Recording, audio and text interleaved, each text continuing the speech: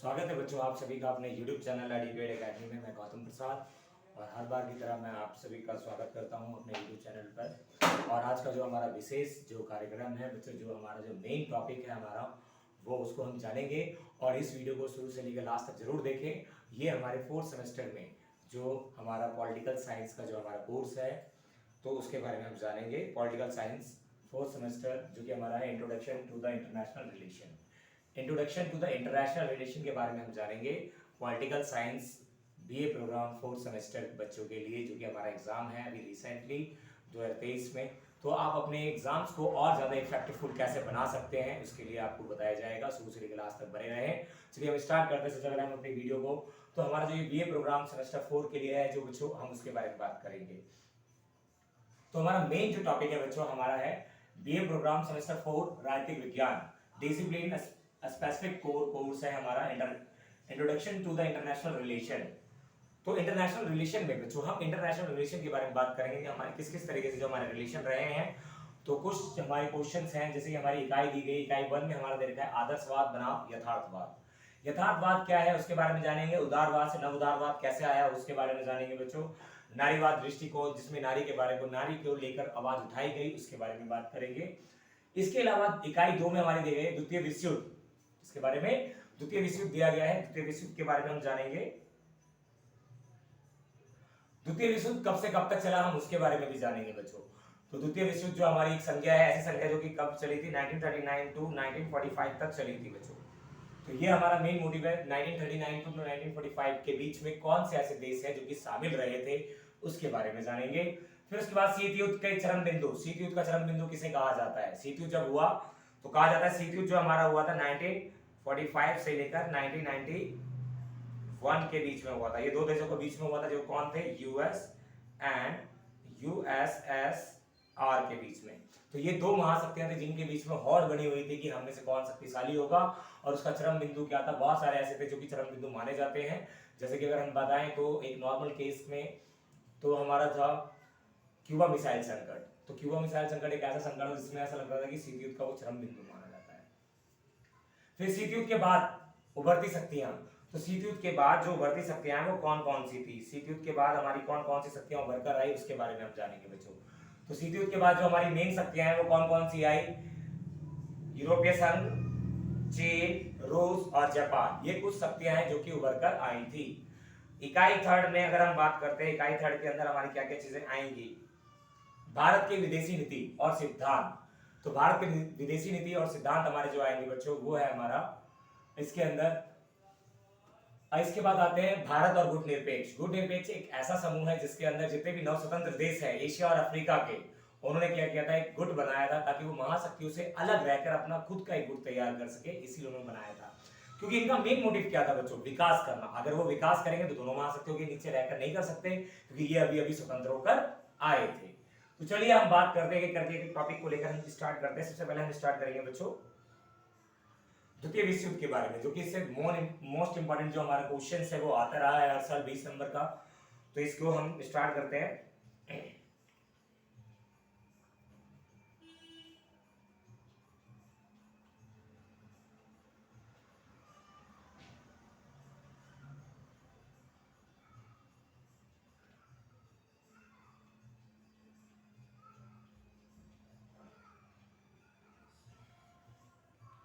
आप सभी के पास में स्कूल की टेक्स्ट बुक्स होगी या तो आप 10 ईयर ले सकते हैं, but text book is the more sufficient.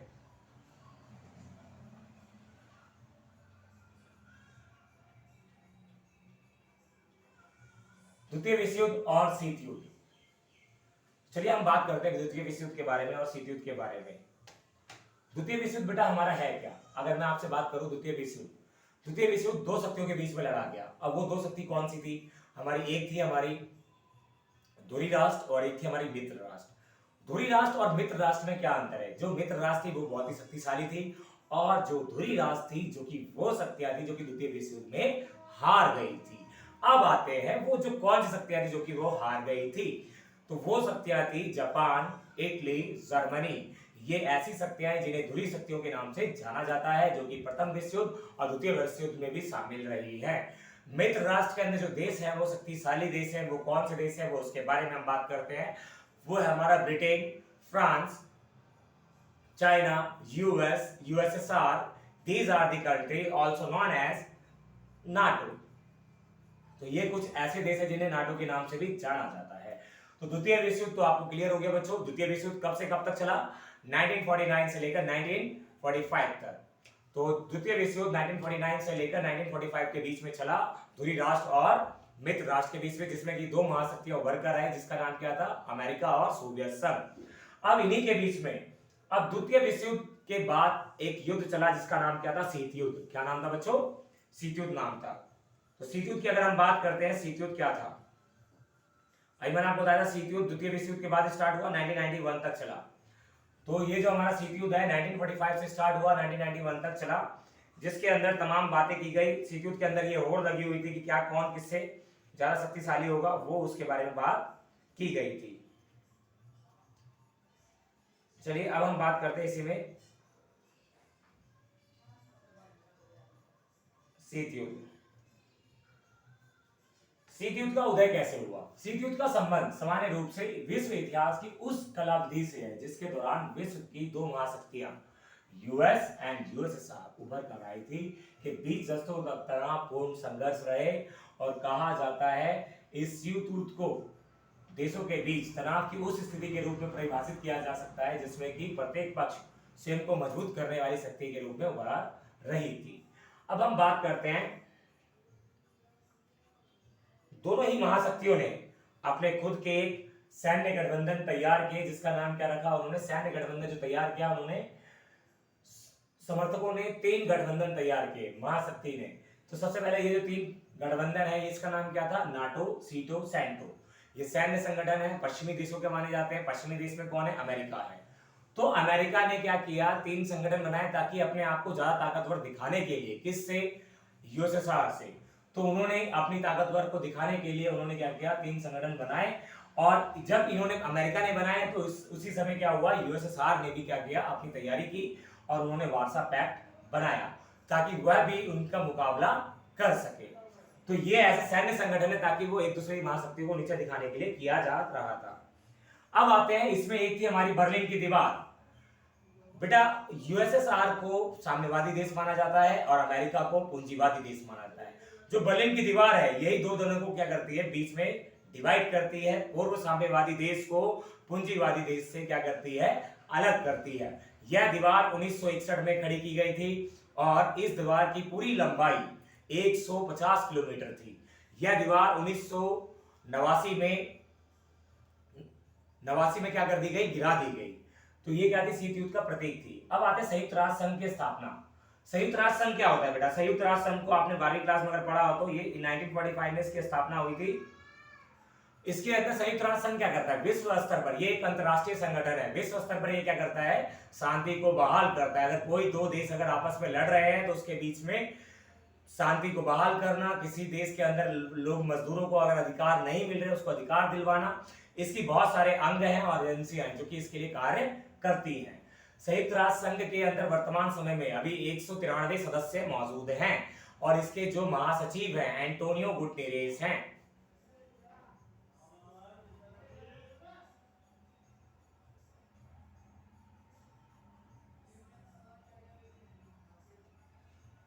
इसके अलावा दूसरा पॉइंट, दुनिया भर में विशेषकर अल्प विकसित देशों में आर्थिक, सामाजिक, शैक्षिक, वैज्ञानिक और सांस्कृतिक प्रगति को प्रोत्साहित करके संघर्ष के कारणों को दूर करना। मतलब ये दुनिया भर में जितने भी जो अभी अपकमिंग जो जितने भी कंट्री है जो आजाद होकर आई है उनका विकास करना, क्योंकि जो नवस्वतंत्र देश आते हैं उनका विकास करना बहुत ही जरूरी होता है बच्चों। तो ये इसका काम था मेन संयुक्त राष्ट्र संघ का। अब आते निशस्त्रीकरण। शीत युद्ध के अंदर क्या हुआ? निशस्त्रीकरण और हथियारों का नियंत्रण। तो कहा गया दोनों ही महाशक्तियों ने शीत युद्ध के दरमियान बहुत सारे परमाणु हथियारों का परीक्षण किया, जिसकी वजह से क्या हुआ? छोटे देशों को बहुत खतरा बना रहता था कि कभी उनके ऊपर अटैक ना हो जाए। हालांकि उन्होंने इस बमों का प्रयोग नहीं किया। अमेरिका ने एक बार अपनी शक्ति का प्रयोग किया था, जिससे अमेरिका ने इराक पे अटैक किया था ताकि वो वहां के संसाधन पर अपना कंट्रोल कर सके। हालांकि घटना कुछ और थी 1990 में, वो अलग थी।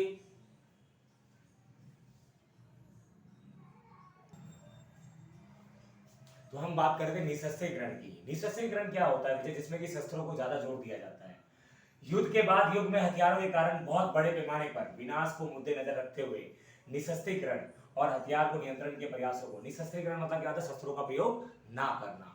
शीत युद्ध के अंदर इस चीजों पर ज्यादा जोर दिया गया, हथियारों पर नियंत्रण किया गया। जो महाशक्तियां क्या करती है, हथियार बनाती थी, उसके ऊपर क्या किया गया, नियंत्रण लगाया गया। निशस्त्रीकरण मतलब होता है शस्त्रों का प्रयोग ना करना।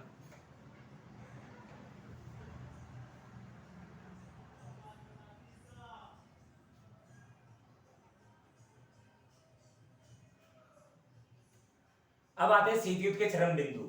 शीत युद्ध के चरम बिंदु क्या है? प्रथम शीत युद्ध और तनाव और शैथिल्य, उत्थान पतन और शीत युद्ध की द्वितीय, मतलब तीन इसके जो चरम बिंदु हैं। सबसे पहले आते हैं शीत युद्ध के उदय के कारण, क्योंकि शीत युद्ध का उदय किस कारण से हुआ, तो कहा जाता है ब्राह्मणिक लेनिन के नेतृत्व में बोल्शेविक क्रांति, रूस ने साम्राज्य पे से जार के शासन को समाप्त कर दिया। मतलब कि जार के शासन का, जार निकोलस जो वहां पे शासन कर रहे थे, उनका क्या हो गया, समापन हो गया। कम्युनिस्ट पार्टी के अधीन सोवियत संघ की स्थापना की गई, मतलब सोवियत संघ का स्थापना हुआ और द्वितीय विश्व युद्ध के अंत तक सोवियत संघ विश्व की सबसे बड़ी स्थायी सेना के रूप में उभर कर आई। अब आते हैं सोवियत संघ पर जर्मन हमला और दूसरे मोर्चे का प्रश्न। सोवियत संघ में क्या हुआ, जर्मन मूल ने क्या किया, हमला करना शुरू कर दिया और यही उसकी सबसे बड़ी गलतियां साबित हुई। और उसने क्या किया, सोवियत संघ ने अपना परचम लहराया, उसको हराया सोवियत संघ ने। और उसी समय अमेरिका ने भी किस पे, जापान पे बम गिराया था। अब आते हैं शीत युद्ध के चरण और राजनीति। प्रथम चरण क्या है? प्रथम चरण माना जाता है बेटा हमारा 1946 से लेकर 1949 के बीच को हम क्या कहते हैं, शीत युद्ध का प्रथम चरण। युद्ध के समय सहयोगियों के बीच युद्ध पश्चात प्रतिद्वंदिता की शुरुआत हुई। कहा जाता है इस समय 1946 से लेकर 1949 के बीच, जिसमें उन्होंने सोवियत संघ के विरुद्ध शांति, स्थायित्व और रक्षा के लिए यूएसए और ब्रिटेन की भूमिका पर जोर दिया। मतलब पहले चरण के अंदर बोला गया कि इसके अंदर क्या किया जाएगा, शीत युद्ध के अंदर शांति को बहाल किया जाएगा दोनों महाशक्तियों के बीच में। द्वितीय विश्व युद्ध के विनाश के कारण यूरोप के पूर्वी भाग में, मतलब द्वितीय विश्व युद्ध के कारण क्या हुआ, पूर्वी यूरोप के भाग में बहुत सारी दिक्कतें आई। उस समय क्या हुआ, सोवियत संघ ने उसकी मदद की और पश्चिमी में भी बहुत सारी दिक्कत आई थी। पश्चिमी में क्या किया, अमेरिका ने क्या किया, उनकी मदद की। तो जब पश्चिमी यूरोप के देशों को अमेरिका ने मदद दी तो उसको किस नाम से जाना जाता है, मार्शल प्लान के नाम से बच्चों। अब आते हैं हमारा दूसरा चरण 1949 टू 1953 में अमेरिका के कम्युनिस्ट शासन के प्रसार का मुकाबला करने के लिए अपनी आर्थिक और सैन्य सहायता जारी रखी। अमेरिका ने अपनी सैन्य सहायता और अपनी आर्थिक सहायता को जारी रखी। उन्होंने उत्तर और दक्षिण कोरिया के बीच चल रहे सशस्त्र को समाप्त किया। दूसरा, अमेरिका ने पहली बार न्यूजीलैंड और ऑस्ट्रेलिया के साथ 1 सितंबर 1951 को एक सुरक्षा संधि क्या की, बहाल की, जिसका नाम क्या था, एंजूस।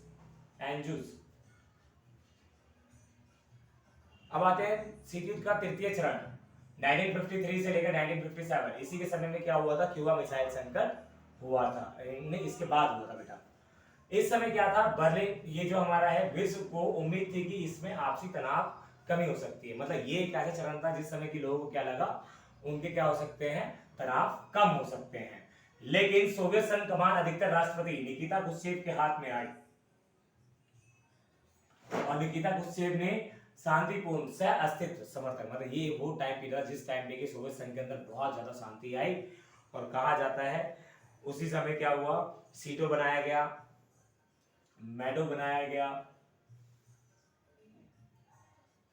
आगे आते हैं हम इसी में चौथा चरण, जो कि हमारा सबसे खतरनाक चरण माना जाता है। इस समय शीत युद्ध के अंदर ऐसा लगा कि जो कि युद्ध होकर रहेगा, परंतु हुआ नहीं था, जिसे हम क्यूबा मिसाइल संकट भी कहते हैं, क्यूबा मिसाइल संकट। तो ये शीत युद्ध के 4 चरण के बारे में हमने आपसे डिस्कशन किया। पांचवा चरण क्या था, क्यूबा मिसाइल संकट के दौरान दो प्रतिद्वंदिता महाशक्तियां संयुक्त राज्य अमेरिका और सोवियत संघ के बीच उच्च तनाव के कारण तीसरी विश्व युद्ध की संभावना थी। मतलब तीसरा विश्व युद्ध हो जाता है ऐसा लग रहा था, लेकिन परंतु हुआ नहीं, ये टल गया। ये था हमारा पांचवा। अब आते हैं छठा चरण जो हमारा है 1969 टू 1978 के बीच में। इसमें मास्को संधि हुई और उसके बाद हमारा बर्लिन का समझौता हुआ। इसके अलावा हमारा क्या हुआ बच्चों, मास्को और Washington ABM antibiotic missile, salt 1 पर संधि की गई, सॉल्ट 2 पर, स्टार्ट 1 स्टार्ट 2, ये एक ऐसी संधियां हैं जो कि हत्यारों को निशस्त्रीकरण पर बल देती है।